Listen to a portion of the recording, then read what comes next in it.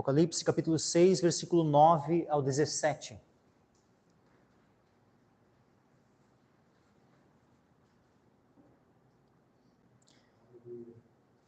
Diz assim a palavra do Senhor.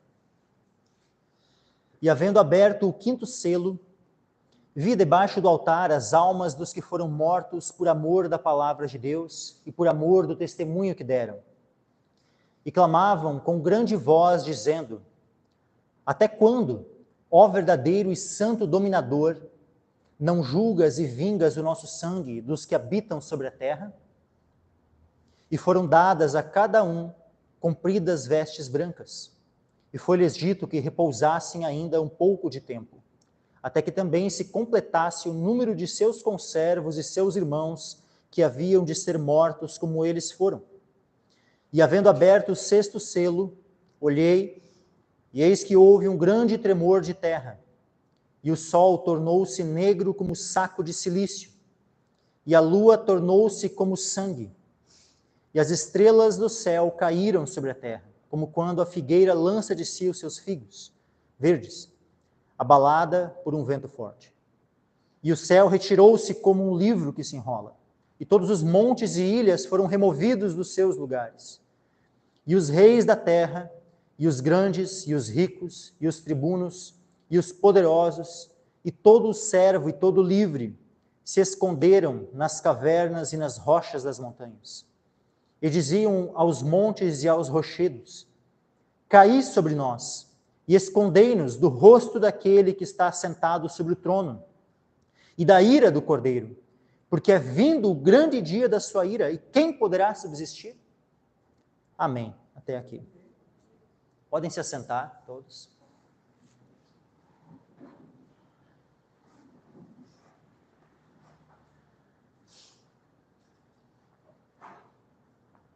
Então aqui nós começamos já no domingo passado, né, a ver o início do capítulo 6, onde o Senhor Jesus começa a abrir os selos, abrir esse livro que estava selado com 7 selos, ao qual ninguém era digno de ler, nem de abrir esses selos. Mas Jesus Cristo foi aquele encontrado digno. E ele então começa a abrir os selos. Nós já vemos então aqui no início, né, do versículo 1 ao 8, a abertura dos 4 primeiros selos, que também podemos identificar como aquilo que no sermão de Cristo, lá no Monte das Oliveiras, não um sermão escatológico, um sermão sobre os tempos do fim, onde Jesus ele fala sobre o princípio das dores. E então nós podemos identificar aqui essa abertura dos 4 primeiros selos com o princípio das dores. E agora então nós vemos aqui no versículo 9 a abertura do 5º selo. E posteriormente também, no versículo 12 em diante, a abertura do 6º selo. E o que nós vemos aqui, então, nesses selos? Assim como eu já comentei sobre a interpretação do livro de Apocalipse, que ele não é uma coisa cronológica, onde tu vai pegando um capítulo após o outro, mas ele vai... são ciclos onde ele vai pintando um quadro, onde vai ficando cada vez mais detalhadas as coisas que vão ocorrer. Aqui nós temos, então, nos selos, o todo, porque nós temos aqui desde o início, né, o princípio das dores aqui até o final, quando nós vemos aqui a abertura do 6º selo, claramente já descrevendo a vinda do Senhor Jesus, sua segunda vinda. Então aqui nós já temos a visão do todo, aonde posteriormente as trombetas e as taças, elas não vêm após a abertura de todos os selos num sentido cronológico.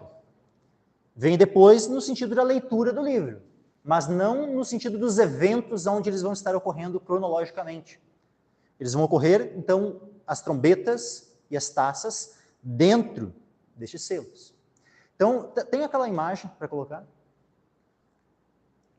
Olha só, nessa imagem aqui nós temos os selos, né? Os 7 selos. Os 4 primeiros selos nós já vimos, que estão dentro aqui do que seria o princípio das dores. E agora, 5º selo está marcando uma metade aqui, onde a partir de agora tem o início, que é chamado a grande tribulação. Tá? Então vamos ver aqui, versículo 9.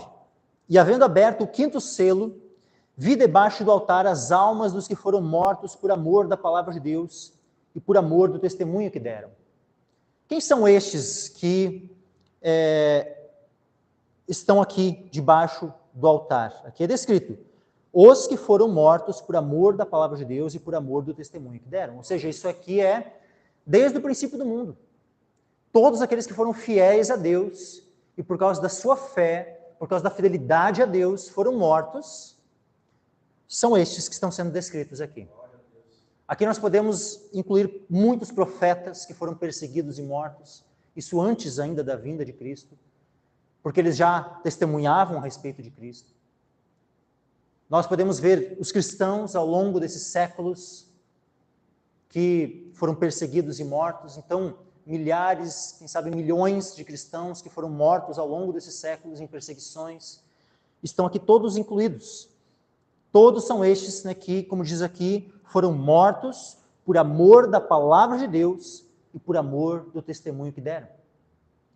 E é dito aqui que eles estão, né, havendo aberto o quinto selo, vi debaixo do altar. Que altar é esse? Nós já vemos aqui que no Apocalipse há várias referências ao tabernáculo, ao templo. Nós já vimos várias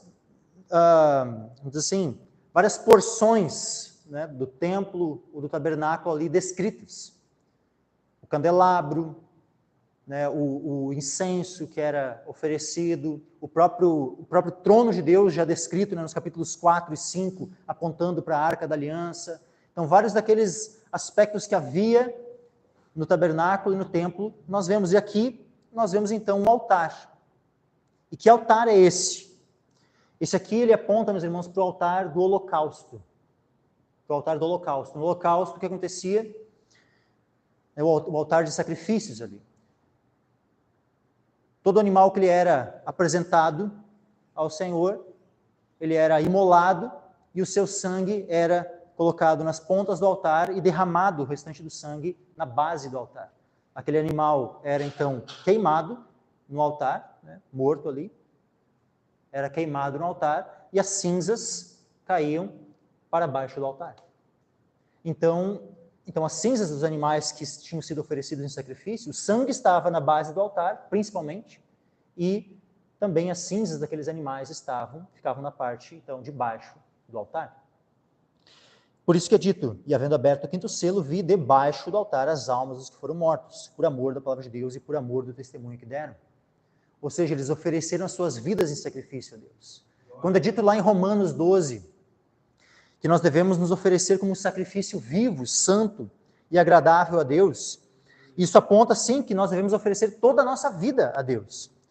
Cada pensamento, nós vamos abrir ali, Romanos capítulo 12, versículo 1, Romanos 12, 1, diz assim, rogo-vos, pois, irmãos, pela compaixão de Deus, que apresenteis os vossos corpos em sacrifício vivo, santo e agradável a Deus, que é o vosso culto racional. Então, quando nós oferecemos nossos corpos em sacrifício vivo, santo e agradável a Deus, isso, num primeiro momento, ele aponta para toda a nossa vida. Nós vamos oferecer tudo o que nós somos e temos ao Senhor em sacrifício. Os nossos pensamentos, palavras, atitudes, o nosso modo de viver, tudo. A nossa vida, ela será oferecida, né, como um sacrifício vivo, santo e agradável a Deus. Então, nós buscarmos viver de modo agradável a Deus é oferecer o nosso corpo em sacrifício agradável a Deus. Nós buscarmos viver uma vida de santidade, uma vida em santificação, é oferecer esse sacrifício vivo, santo e agradável a Deus. Só que, muitas vezes, a nossa obediência a Deus e nós não transgredirmos os valores de santidade vai implicar em que nós defendamos a fé até mesmo a custo da nossa própria vida. Muitos foram chamados a serem mártires, oferecendo as suas vidas ao Senhor, morrendo por amor ao Evangelho. E isso também faz parte de se oferecer como um sacrifício ao Senhor. E esses, então, que se oferecem como sacrifícios vivos ao Senhor, estão aptos também a oferecerem suas próprias vidas a ponto de morrer pelo Senhor. Ninguém dará a sua vida pelo Senhor se primeiramente, no caso, no sentido de morrer pelo Senhor, se primeiramente não viveu para o Senhor. Aqueles que oferecem as suas vidas em sacrifício vivo ao Senhor, estão também aptos para, se for preciso morrer por Cristo, morrerem. E também oferecerem, então, se oferecerem dessa forma em sacrifício ao Senhor. Isso se for necessário, se for pedido, se surgir a ocasião para isso.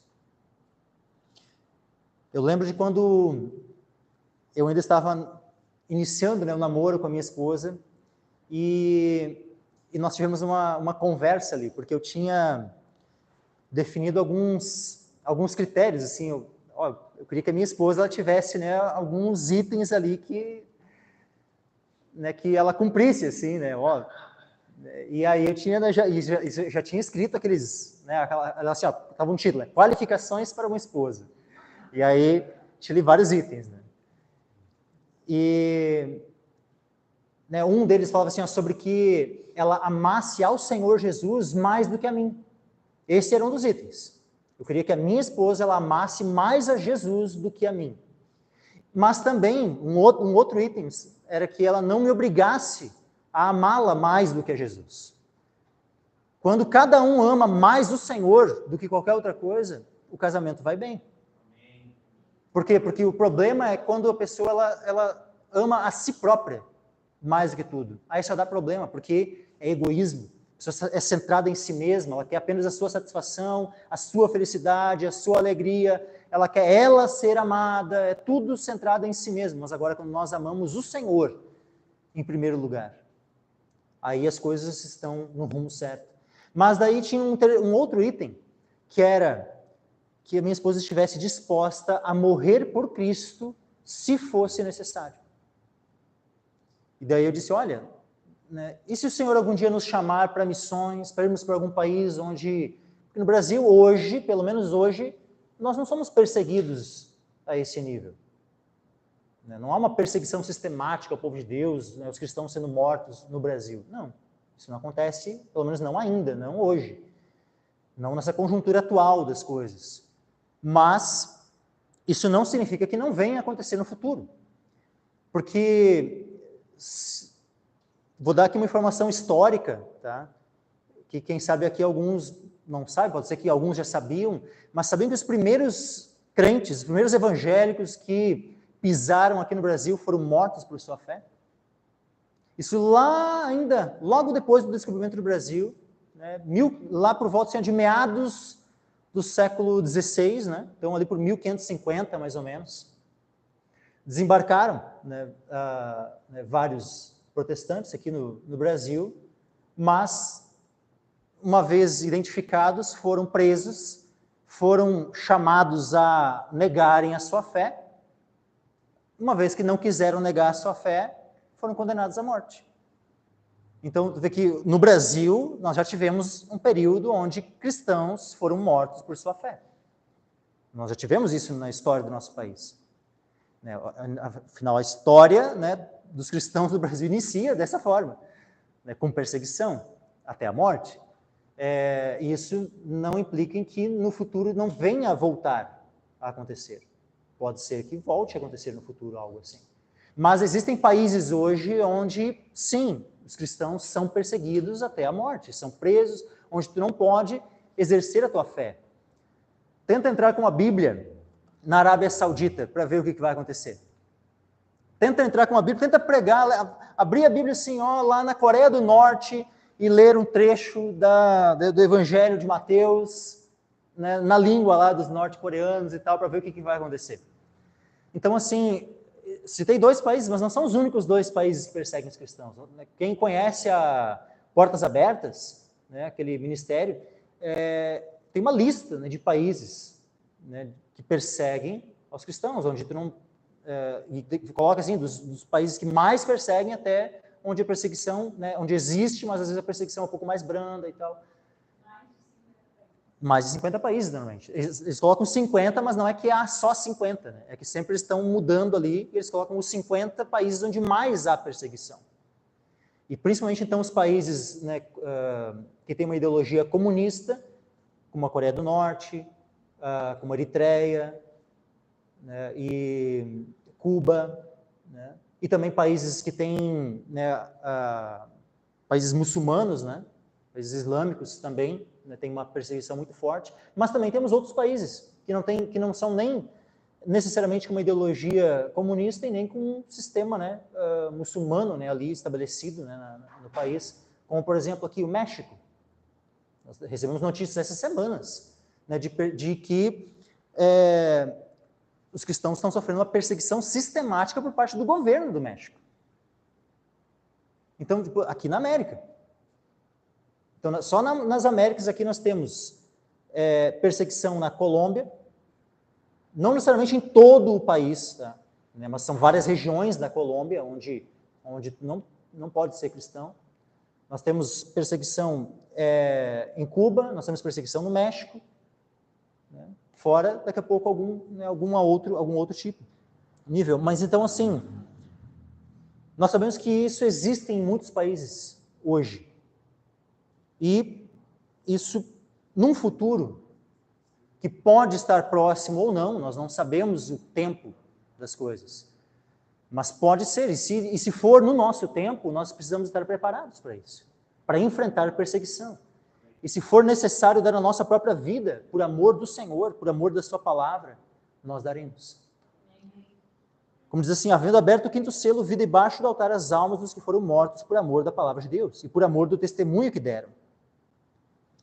Só que daí é dito assim, que eles estavam aqui clamando ao Senhor. Olha só o versículo 10. E clamavam com grande voz, dizendo: até quando, ó verdadeiro e santo dominador, não julgas e vingas o nosso sangue dos que habitam sobre a terra?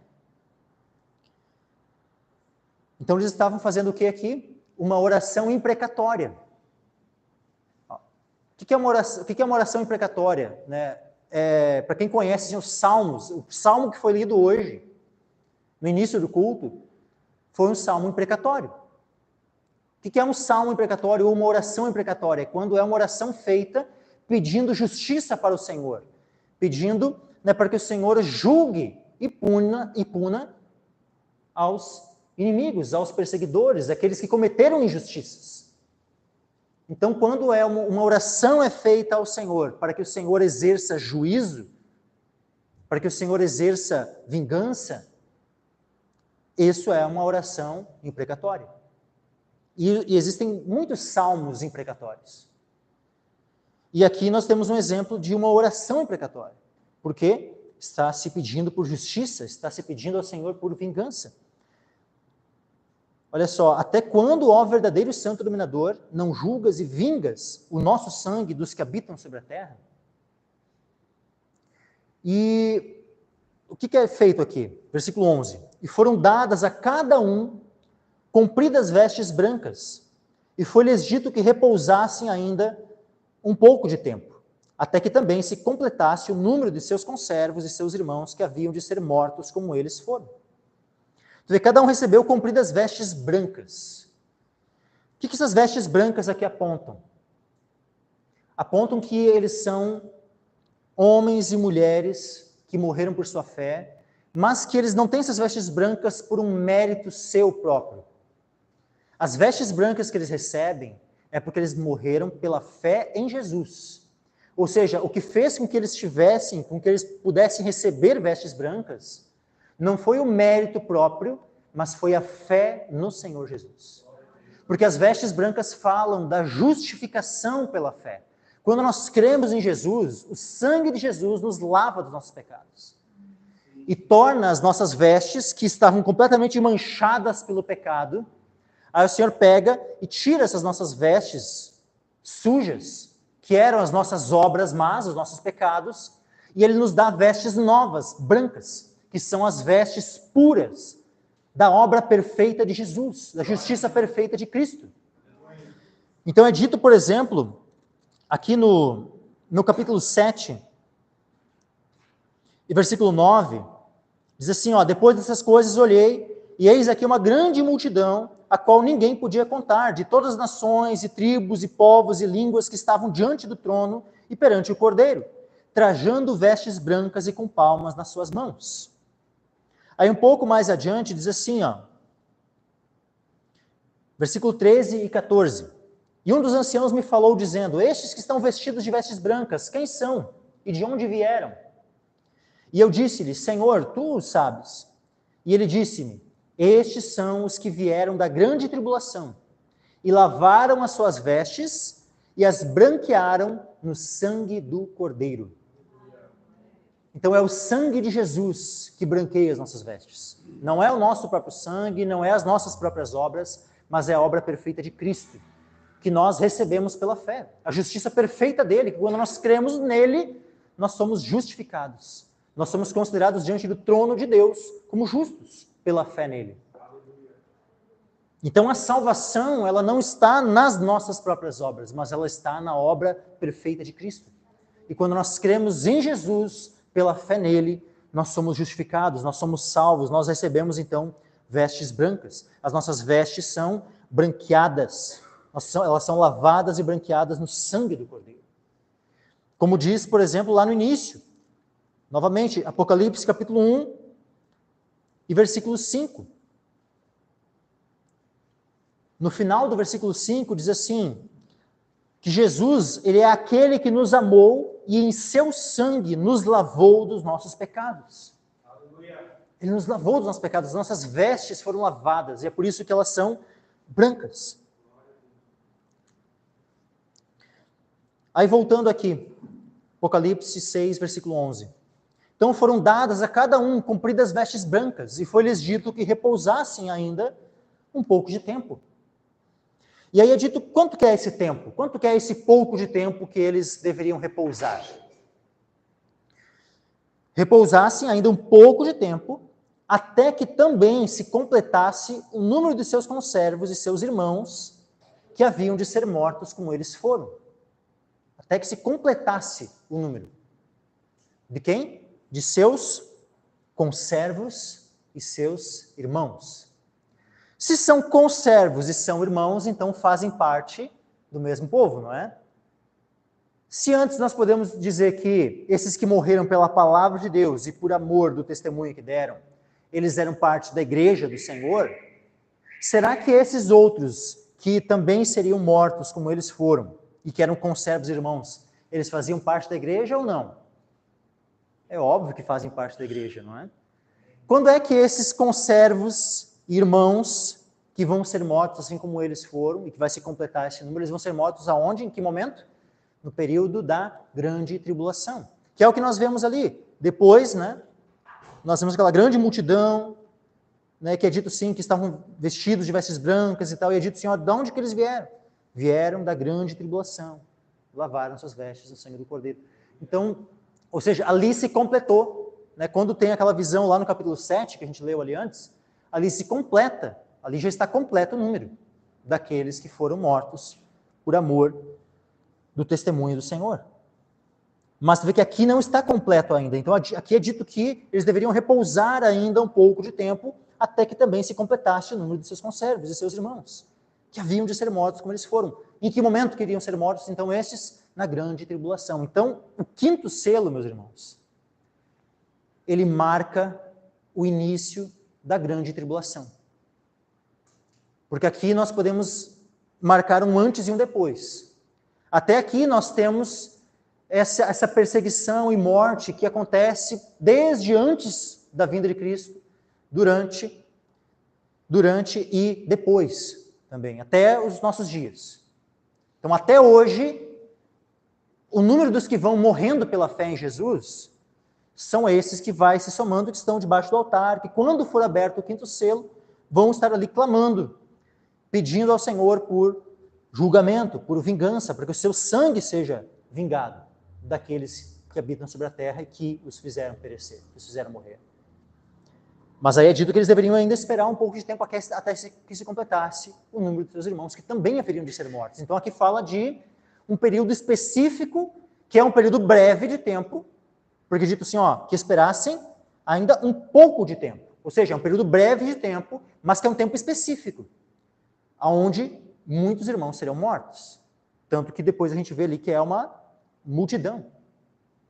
Por que é uma multidão? Por que é um período breve de tempo? Porque justamente é o período chamado de a grande tribulação. Esses que estavam ali vestidos de vestes brancas, que a gente leu depois, eles vêm da grande tribulação. E agora nós vamos ver aqui, lá em Mateus, capítulo 24, um pouco mais de detalhes sobre esse período chamado de a grande tribulação. Mateus, capítulo 24,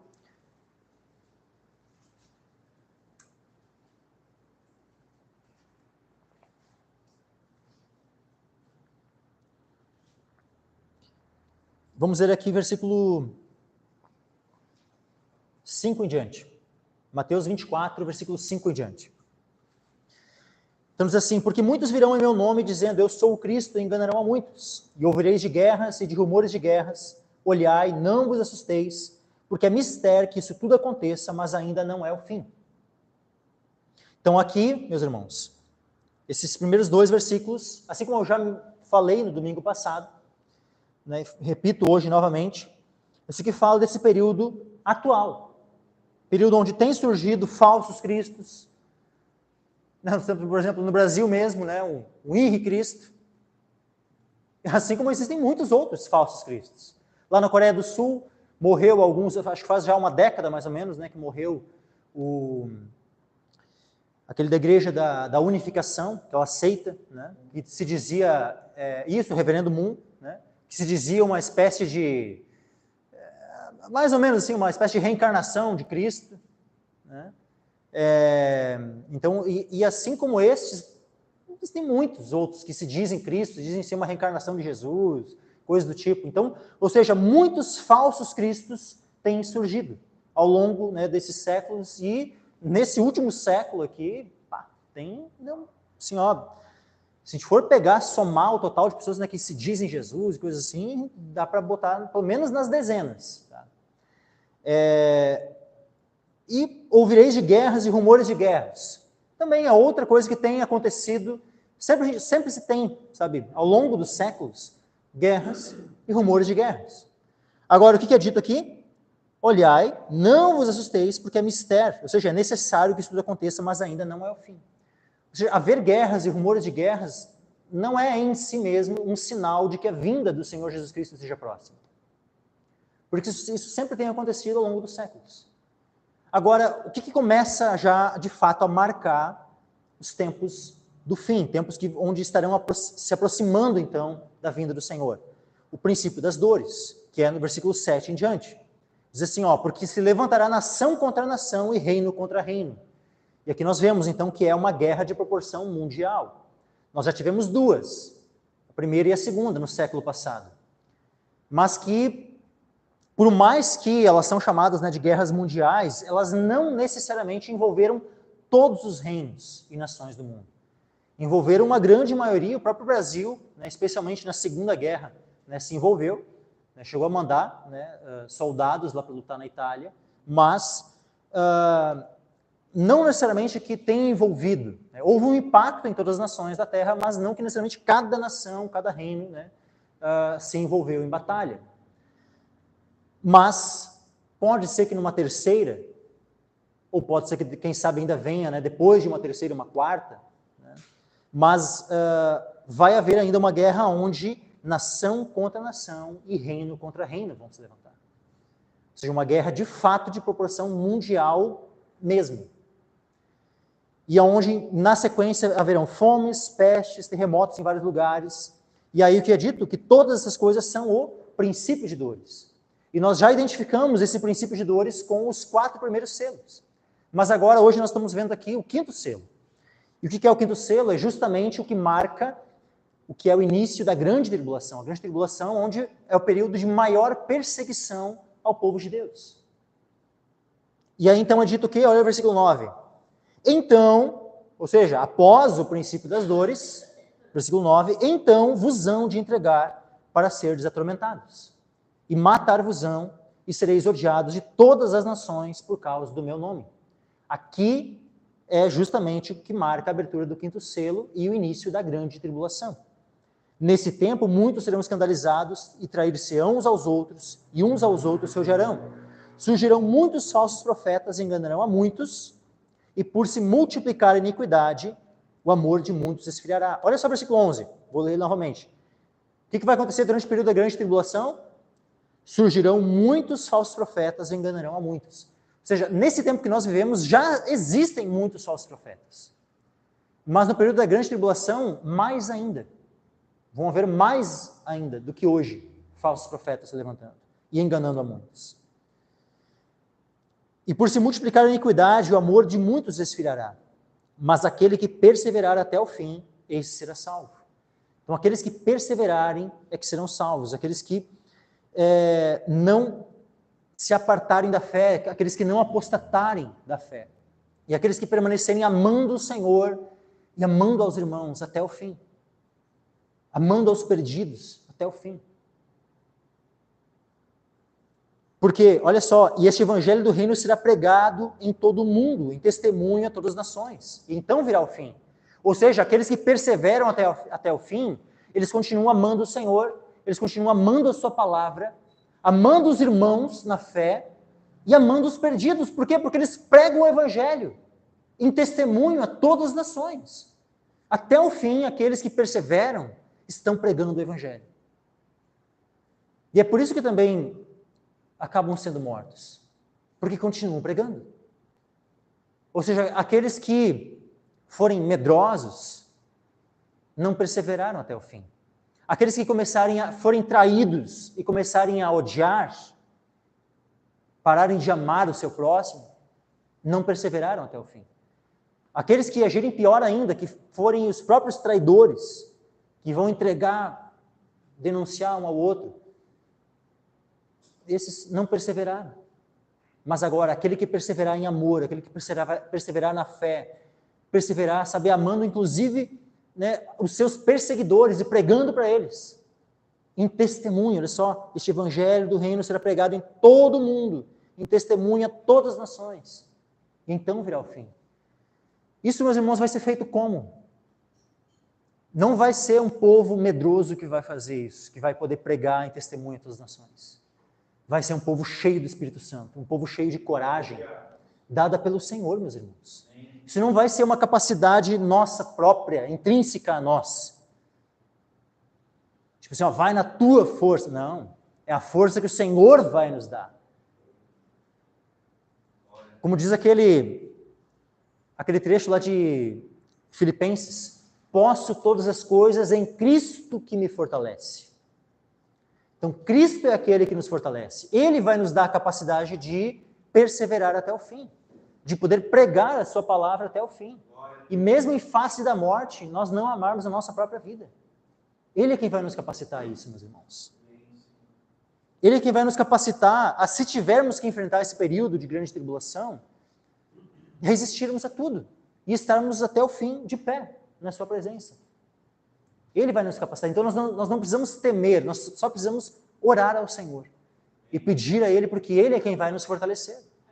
É o Seu Espírito Santo quem vai nos encher de graça e de força para poder resistirmos a esse período. Mas aí vamos aqui e adiante, porque aqui no versículo 15 em diante ele vai nos dar mais detalhes sobre esse período da grande tribulação.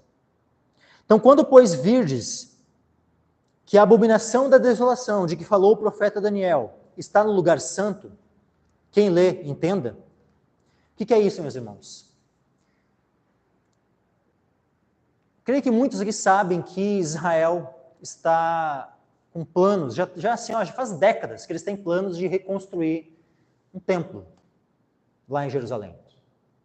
Faz assim, muito tempo mesmo. Né? Bom, desde que eles voltaram a ser uma nação, em 1948, né, os judeus eles têm planos de reconstruir o templo. Eles já têm tudo, a planta já está tudo pronto, né, sabe? Está tudo preparado. Estão só esperando a ocasião oportuna para isso. O que acontece? Quando vocês verem um templo sendo reconstruído lá, pode ser que esteja bem próximo, pode ser que não, tá? Porque pode ser que venha a ser construído um terceiro templo, né? Porque havia um templo, né, que foi construído por Salomão.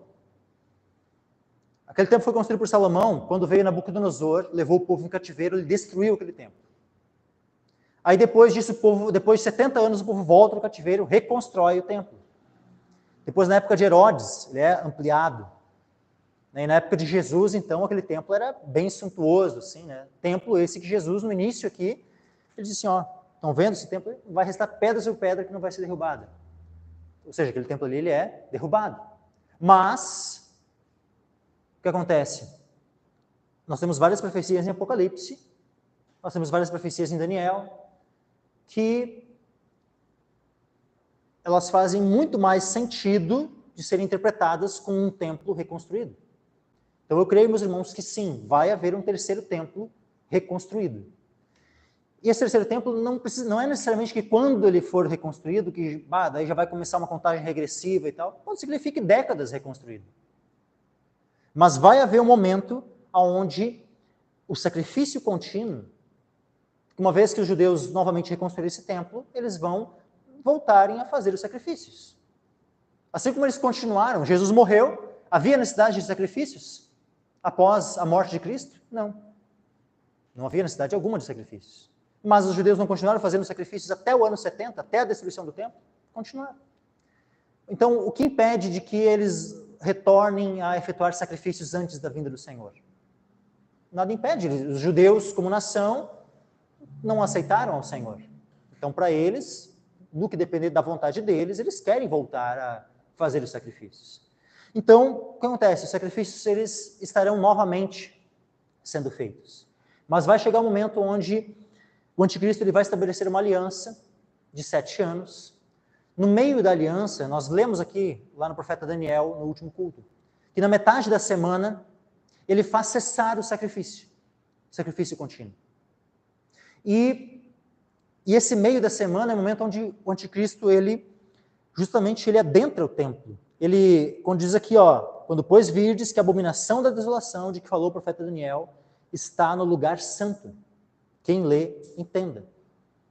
Então aqui é justamente o momento onde é dito que lá em Daniel ele ia fazer cessar o sacrifício, a oblação. Ou seja, ele vai adentrar no templo e vai fazer cessar o sacrifício. Ele vai estar no lugar santo, como diz aqui. Aí então, os que estiverem na Judéia fujam para os montes. Quem estiver sobre o telhado, não desça tirar alguma coisa de sua casa. Quem estiver no campo, não volte atrás a buscar as suas vestes. Mas ai das grávidas e das que amamentarem naqueles dias.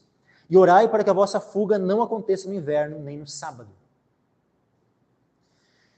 Porque haverá então grande aflição, ou grande tribulação, como nunca houve desde o princípio do mundo até agora, e nem tampouco há de haver.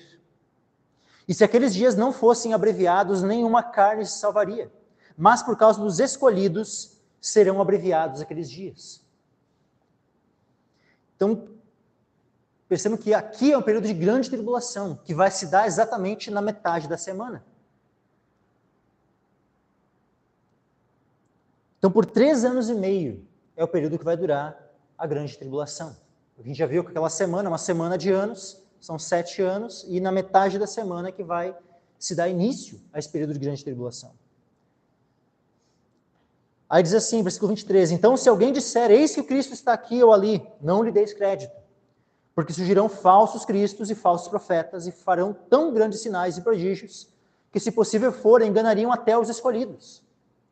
O que acontece, meus irmãos? O falso profeta, que é descrito lá no Apocalipse, que a gente vai ler mais adiante, quando chegar no capítulo 13, no capítulo 13 de Apocalipse fala sobre o falso profeta. O falso profeta ele faz sinais, ele faz milagres, até fogo do céu faz descer. Semelhante a como o profeta Elias, por exemplo, fez. Ou seja, ele vai enganar muita gente. Então, aqui fala que surgirão falsos profetas. E provavelmente esse falso profeta, é possível que ele tenha outros auxiliares. Porque aqui fala de muitos, né? Falsos cristos e falsos profetas. Farão, no plural, tão grandes sinais e prodígios, que se possível for, enganariam até os escolhidos. Mas os escolhidos serão enganados? Não. Os escolhidos não serão enganados. E é justamente também por causa dos escolhidos que esses dias são abreviados. Que o período da grande tribulação é um período de 3 anos e meio, em vez de ser, por exemplo, um período de 30 anos, de 50 anos. É um período de 3 anos e meio. Deus estabeleceu esse período curto de tempo, menor do que o período, por exemplo, que um presidente está, né, sobre o governo de uma nação, justamente por causa dos escolhidos. E aí diz assim, versículo 25, eis que eu vou tenho predito. Versículo 26, portanto, se vos disserem, eis que ele está no deserto, não saiais. Eis que ele está no interior da casa, não acrediteis. Ou seja, Jesus Cristo ele não vai aparecer, a vinda dele não vai se dar de maneira escondida no local, aquele lá, o fulano lá é o Cristo. Qualquer um que dissesse, aquele lá é o Cristo, aquele lá, pode estar fazendo um milagre, pode estar fazendo o que for. Não acreditem. Jesus não vai aparecer dessa forma. Não vai ser um homem lá novamente, fazendo milagres e tal, e dizendo, eu sou Jesus. Quando o Senhor Jesus aparecer, vai ser visível a todas as nações. Porque olha só o que está escrito aqui. Versículo 27.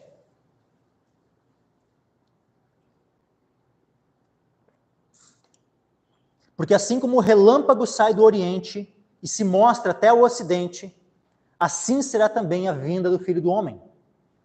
Porque onde quer que estiver o cadáver, ali se ajuntarão as águias. E logo depois da aflição daqueles dias, o sol escurecerá. Só um pouquinho, meus irmãos. Eu vou comentar aqui Primeiro, a vinda do Senhor ela é visível. Tá?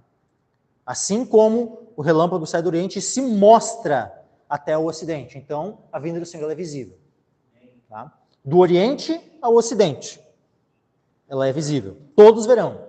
Os que estão no Oriente verão, os que estão no Ocidente verão a vinda do Senhor. Agora, segundo, versículo 28, porque onde quer que estiver o cadáver, ali se juntarão as águias. Isso que aponta para o quê? Quando o Senhor Jesus voltar, vão haver exércitos reunidos para peleja contra ele. Isso nós vamos ver também ao longo do livro de Apocalipse, em outros trechos. E só que o que acontece? Esses serão reunidos para peleja, esses exércitos reunidos para pelejar contra o Senhor, perecerão. Serão mortos. Leiam depois o capítulo 19 de Apocalipse. E é dito que as aves comerão as suas carnes. Desses que serão reunidos para pelejar contra o Senhor. E então estes, é por isso que Jesus fala aqui, quando o Senhor Jesus voltarão esses reunidos para peleja, serão mortos e, por isso que diz, onde quer que estiver o cadáver, ali se juntarão as águias. Agora, versículo 29, o Senhor Jesus ele descreve o que vai estar acontecendo nesse período anterior à sua vinda. Olha só, e logo depois da aflição daqueles dias, ou seja, depois daquele período de tribulação, depois daquela aflição, então a vinda do Senhor, o arrebatamento, ele não se dá antes da grande tribulação, como muita gente ensina. Ele não se dá antes da grande tribulação, mas ele se dá sim depois da grande tribulação. Então, depois da aflição daqueles dias, o sol escurecerá e a lua não dará sua luz, e as estrelas cairão do céu, e as potências dos céus serão abaladas. E então aparecerá no céu o sinal do Filho do Homem. E todas as tribos da terra se lamentarão. Ou seja, aqueles que não creram no Senhor, aqueles que estavam contra o Senhor, aqueles que estavam perseguindo o povo de Deus, aqueles que estavam causando tribulação ao povo de Deus, nesse momento que estarão vendo o Senhor vindo nos céus. Então, nesse momento, eles se lamentarão. Todas as tribos da terra se lamentarão e verão o Filho do Homem vindo sobre as nuvens do céu com poder e grande glória. E ele enviará os seus anjos com rijo clamor de trombeta, os quais ajuntarão os seus escolhidos desde os quatro ventos de uma a outra extremidade dos céus. Aqui é que então ocorre o arrebatamento. Jesus vem nos céus, ele aparece nos céus, ele envia os seus anjos para juntar os seus escolhidos. E aí nós somos então arrebatados, os mortos, os que morreram em Cristo, aqueles que morreram crendo no Senhor Jesus, aqueles que morreram firmes na fé, eles ressuscitam. Os que estiverem vivos e que perseveraram até o fim, e que estiverem vivos na vinda do Senhor, serão transformados e todos seremos arrebatados para o encontro com o Senhor dos ares. E estaremos para sempre com o Senhor. Só que olha só o contexto, Sol escurecerá, a lua não dará sua luz, as estrelas cairão do céu, as potências do céu serão abaladas. E aí aparecerá no céu o sinal do Filho do Homem, e as tribos da terra se lamentarão. Então aqui é a vinda do Senhor. E também o arrebatamento, né, e tudo mais. Então, põe novamente aquela imagem. Então aqui, quinto selo, início da grande tribulação. Aí nós vemos aqui em Mateus esse período, né, como é que vai se dar esse período da grande tribulação. Eu acho que a gente vai, ao longo do livro de Apocalipse, a gente vai ver mais detalhes de coisas que vão acontecer durante esse período. Tá? Mas daí no final do período da grande tribulação, ou seja, depois da aflição daqueles dias, como diz ali, o sol escurecerá, a lua não dará sua luz e tal. Aí é que Jesus vem, a vinda de Cristo, ocorre o arrebatamento da igreja e a ressurreição dos mortos. E quando? Quando o sexto selo for aberto. Então, tudo isso, a vinda de Cristo, o arrebatamento, a ressurreição, né, todas essas coisas, elas são consequências da abertura do sexto selo. Vamos voltar aqui agora para Apocalipse, capítulo 6, abertura do sexto selo.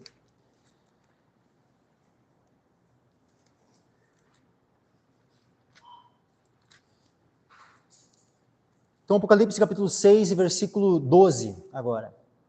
E havendo aberto o sexto selo, olhei, e eis que houve um grande tremor de terra. E o sol tornou-se negro como saco de cilício, e a lua tornou-se como sangue. E as estrelas do céu caíram sobre a terra, como quando a figueira lança de si os seus figos verdes, abalada por um vento forte. E o céu retirou-se como um livro que se enrola, e todos os montes e ilhas foram removidos dos seus lugares. Então vejo como a descrição é muito semelhante. É lógico que traz alguns detalhes diferentes aqui, mas o quadro geral é muito semelhante daquilo que Jesus já havia pregado lá em Mateus, capítulo 24. O sol escurecendo, a lua não dando a sua luz, as estrelas caindo do céu, os poderes do céu sendo abalados. Tudo isso é a mesma descrição que está aqui. Quando fala assim, o céu retirou-se como um livro que se enrola e todos os montes e ilhas foram removidos dos seus lugares. E esses detalhes aqui, meus irmãos, que eles são detalhes que aparecem na abertura do sexto selo, eles também aparecem, tá? Vamos pegar aqui alguns exemplos. Quando a sétima trombeta é tocada, Apocalipse 11, versículo 15. Apocalipse 11, versículo 15. E o sétimo anjo tocou a sua trombeta, e houve no céu grandes vozes que diziam: os reinos do mundo vieram a ser de nosso Senhor e do seu Cristo, e ele reinará para todo sempre. E os 24 anciãos que estão assentados em seus tronos diante de Deus, prostraram-se sobre seus rostos e adoraram a Deus, dizendo: graças te damos, Senhor Deus Todo-Poderoso, que és e que eras e que hás de vir, que tomaste o teu grande poder e reinaste. E iraram-se as nações. Olha só, iraram-se as nações. Quando as nações se iraram, o que isso aponta para o quê? Para o período da grande tribulação, onde as nações se iram contra o povo de Deus. Mas agora, iraram-se as nações, e o que vem na sequência? Após essa ira das nações, e veio a tua ira. E o tempo dos mortos, para que sejam julgados, e o tempo de dares o galardão aos profetas, teus servos, e aos santos, e aos que temem o teu nome, a pequenos, a grandes, e o tempo de destruíres os que destroem a terra. E abriu-se no céu, olha só, e abriu-se no céu o templo de Deus, e a arca da sua aliança foi vista no seu templo. E houve relâmpagos e vozes e trovões e terremotos e grande saraiva. Quando fala aqui de grande saraiva, meus irmãos, lá falou sobre as estrelas caindo do céu sobre a terra. Né? O que isso aponta para o quê? Quando nós vemos o que é chamado assim uma estrela cadente, né? Uma estrela que está caindo, mas não, ela não é literalmente uma estrela, né, que está caindo. É chamada, né, assim, uma estrela cadente, uma estrela que está caindo, mas é um meteorito, né, que cai. Então aqui, o que nós vemos no final da sétima trombeta? E grande saraiva. Né? Houve relâmpagos, vozes, trovões, terremotos e grande saraiva. Isso é o fim dessa sétima trombeta. Agora, vamos lá nas taças sendo derramadas, e vamos ver no derramamento da 7ª taça, capítulo 16 de Apocalipse.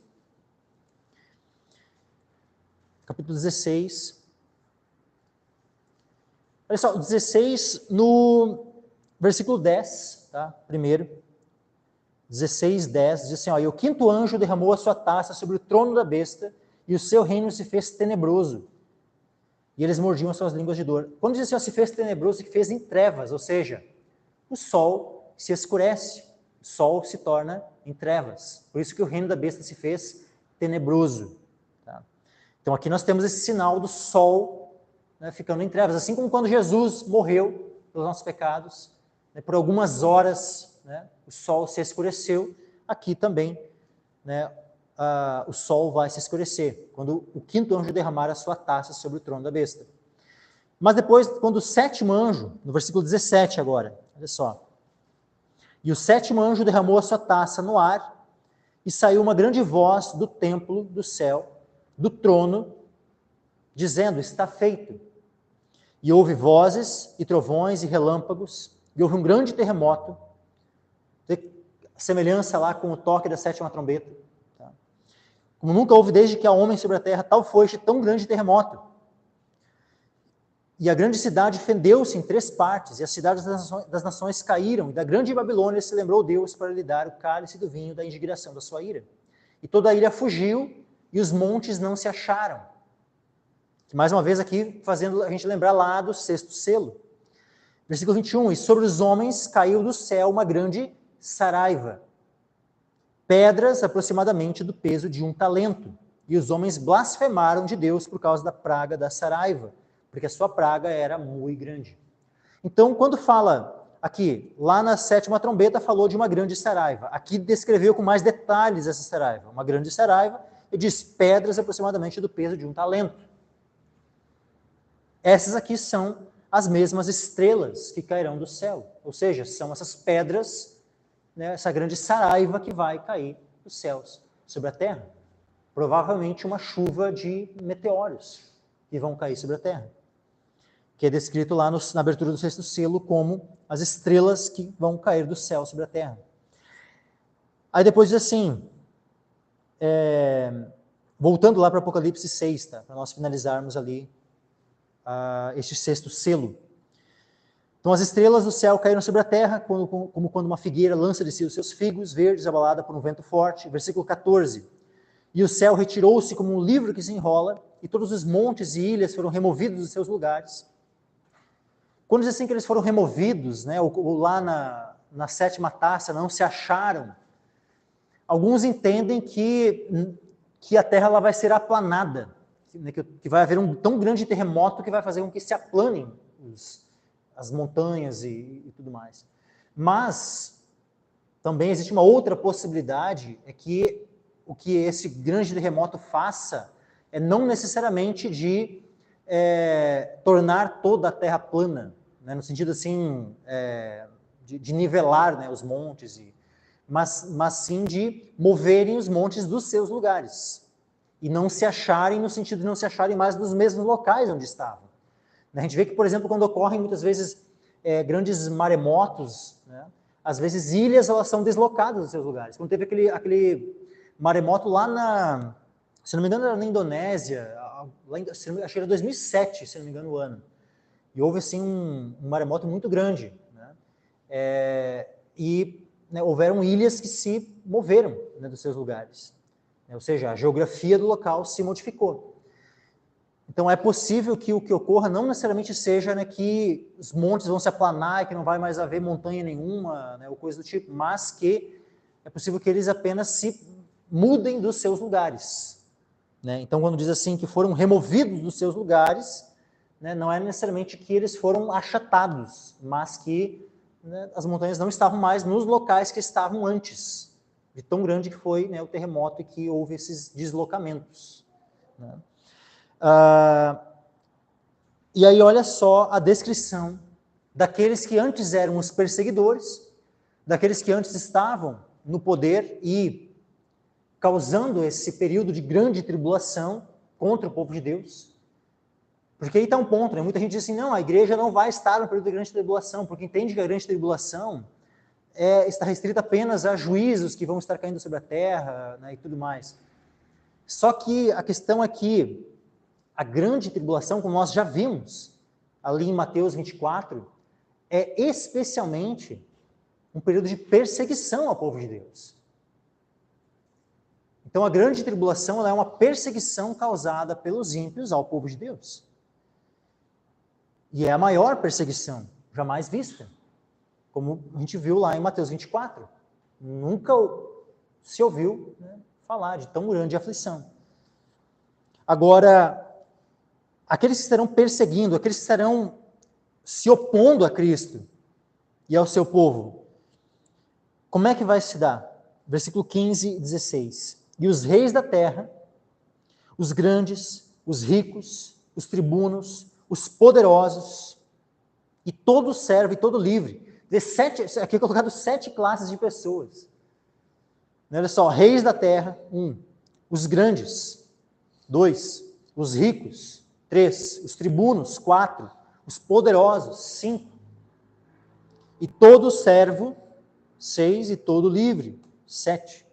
Todas as classes de pessoas que estarão envolvidas nessa perseguição ao povo de Deus, desde os mais altos postos até os mais baixos postos, mas todos aqueles que intencionalmente estarão ali perseguindo o povo de Deus, que estarão ali naquele dia reunidos para a peleja. A gente não chegou a ler, a gente leu lá nas trombetas, aliás, nas taças, né? A gente leu a 5ª taça e a gente leu a 7ª taça. Se a gente tivesse lido a 6ª, quem quiser depois ler ali a 6ª taça, a 6ª taça justamente é o período onde os exércitos vão se reunir para a peleja contra o Senhor, na 6ª taça. Então, vamos estar aqui todos reunidos para a peleja. Mas o que vai acontecer com esses que estarão reunidos para pelejarem contra o Senhor? E diziam aos montes, olha só, eles vão se esconder nas cavernas e nas rochas das montanhas. E diziam aos montes e aos rochedos, caí sobre nós e escondei-nos do rosto daquele que está sentado sobre o trono e da ira do Cordeiro. Eu li aqui num tom que não é o tom com que eles vão estar falando essa frase. Porque eles vão estar falando num tom de desespero, meus irmãos. Imagine um povo que vai estar preferindo que um monte caia sobre ele, que uma rocha desabe sobre ele, do que enfrentar a face do Senhor, do que enfrentar a ira do Cordeiro. Para ver o quão terrível é a ira do Cordeiro. Como diz lá em Hebreus, horrenda coisa é cair nas mãos do Deus vivo. Então, o mesmo Cordeiro, que é o Cordeiro morto desde a fundação do mundo, que é o Cordeiro que tira o pecado do mundo, que é aquele que morreu pelos nossos pecados, meus irmãos, que é aquele Cordeiro que foi sacrificado por nós. Hoje é um dia que por muitos, né, é comemorado a Páscoa. Por mais que, se a gente for olhar biblicamente, sabe quando que teria sido a Páscoa, meus irmãos? Segunda-feira. Segunda-feira passada. Por quê? Porque a Páscoa ela era sempre comemorada no dia 14 do mês de Nisan. Dia 14 sempre era a lua cheia, e a lua cheia foi na segunda-feira. Segunda-feira, ou seja, a primeira lua cheia do período da primavera, no hemisfério norte, né, claro, sempre era o dia da Páscoa. Vocês podem ver todos os calendários, vocês vão ver o período da lua cheia, no domingo seguinte é o que normalmente, né, aqui no Ocidente é comemorada a Páscoa, mas biblicamente a Páscoa era então na própria lua cheia, no dia da lua cheia, que era o dia 14 do mês de Nisan, era comemorada a Páscoa. O que é o domingo? O que era comemorado então no primeiro dia da semana, o dia das primícias? Tinha naquela semana a Páscoa, era juntamente a festa dos pães ázimos, e no primeiro dia da semana o dia das primícias, que aponta justamente para a ressurreição de Cristo. Cristo as primícias dos que dormem. Mas a questão é que Jesus, quando ele morreu na sexta-feira, né, e foi crucificado por nós, é dito lá em 1 Coríntios que Cristo, nossa Páscoa, já foi sacrificado por nós. Então, E o que foi? O que a Páscoa aponta para o quê? Justamente lá para quando o povo foi tirado do Egito. E no Egito, eles eram escravos. E no dia que Deus libertou eles do Egito e os tirou do Egito, era o dia da 10ª praga. A 10ª praga era a morte dos primogênitos. E como é que os primogênitos do povo de Israel não pereceu por aquela praga? Pela 10ª praga lá no Egito. Porque Deus instruiu eles iam pegar cada um cordeiro de um ano, eles iam imolar aquele cordeiro, o sangue do cordeiro eles iam passar na verga das portas, aquele cordeiro seria assado, os seus ossos não seriam quebrados, e eles iriam então comer, um churrasco daquele cordeiro, e a casa que tivesse o sangue nas vergas da porta, nos umbrais, Deus iria passar por sobre aquela casa. E por isso o termo Páscoa, que significa passagem. Ou seja, que Deus passou por cima. Deus passou por cima daquela casa onde nas portas havia o sangue do cordeiro. Então Jesus, ele é o nosso cordeiro pascal. Aquele cordeiro que foi sacrificado por nós, ele é a nossa Páscoa que foi sacrificada por nós. Ele é o cordeiro que tira o pecado do mundo, que tirou os nossos pecados. E cujo sangue foi aspergido sobre nós. E é por isso que a ira de Deus, ela vai passar por sobre nós. Porque o sangue do Cordeiro está sobre nós. O sangue de Cristo nos purificou dos nossos pecados.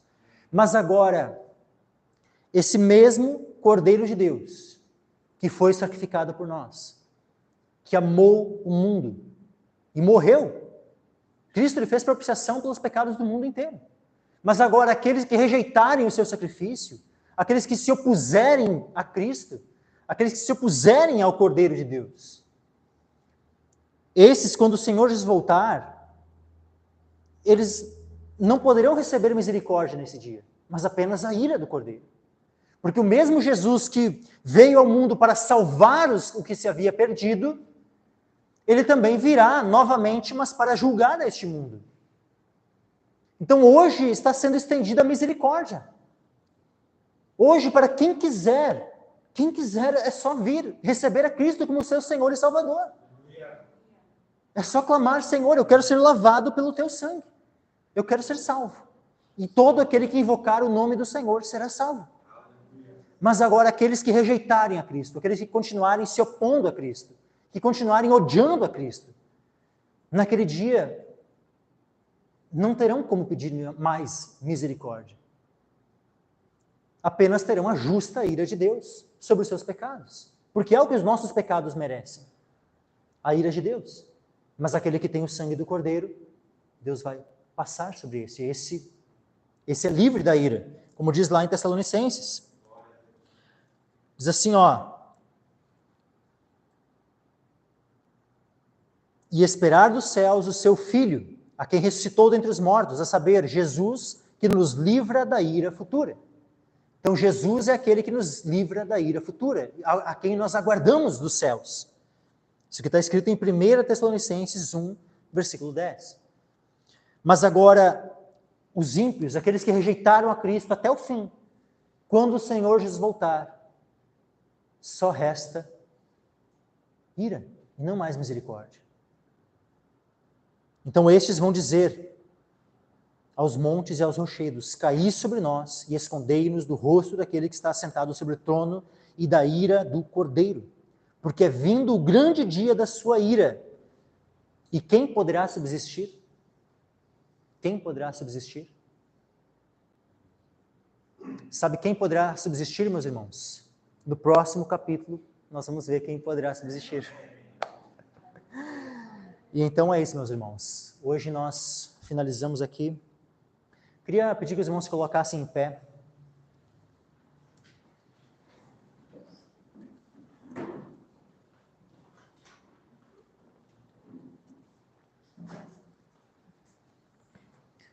Vamos orar ao Senhor.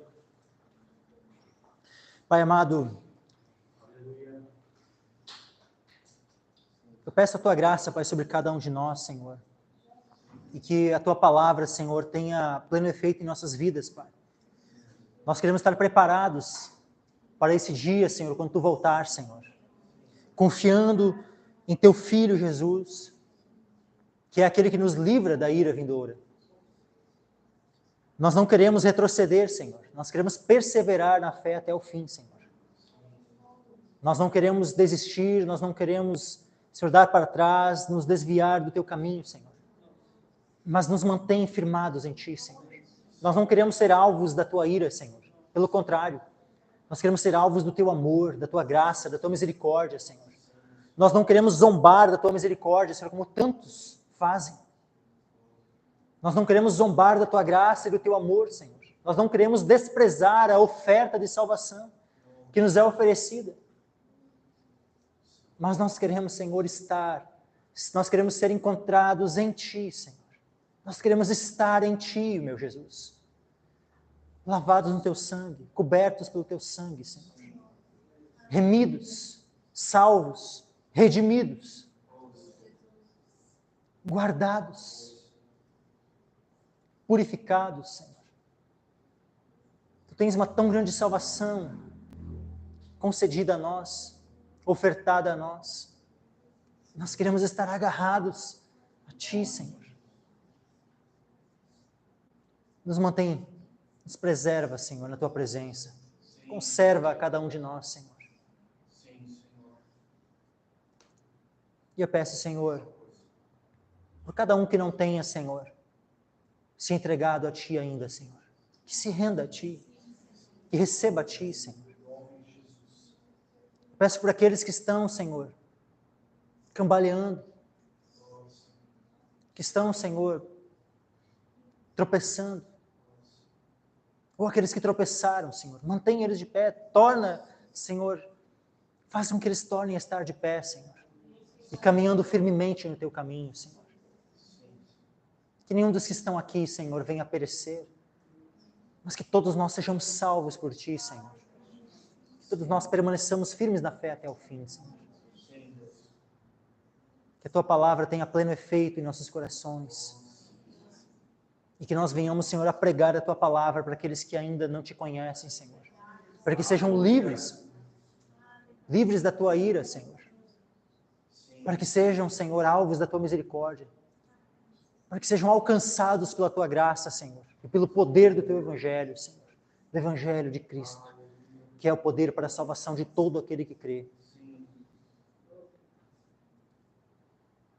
Nós oramos em nome de Jesus. Amém, Senhor.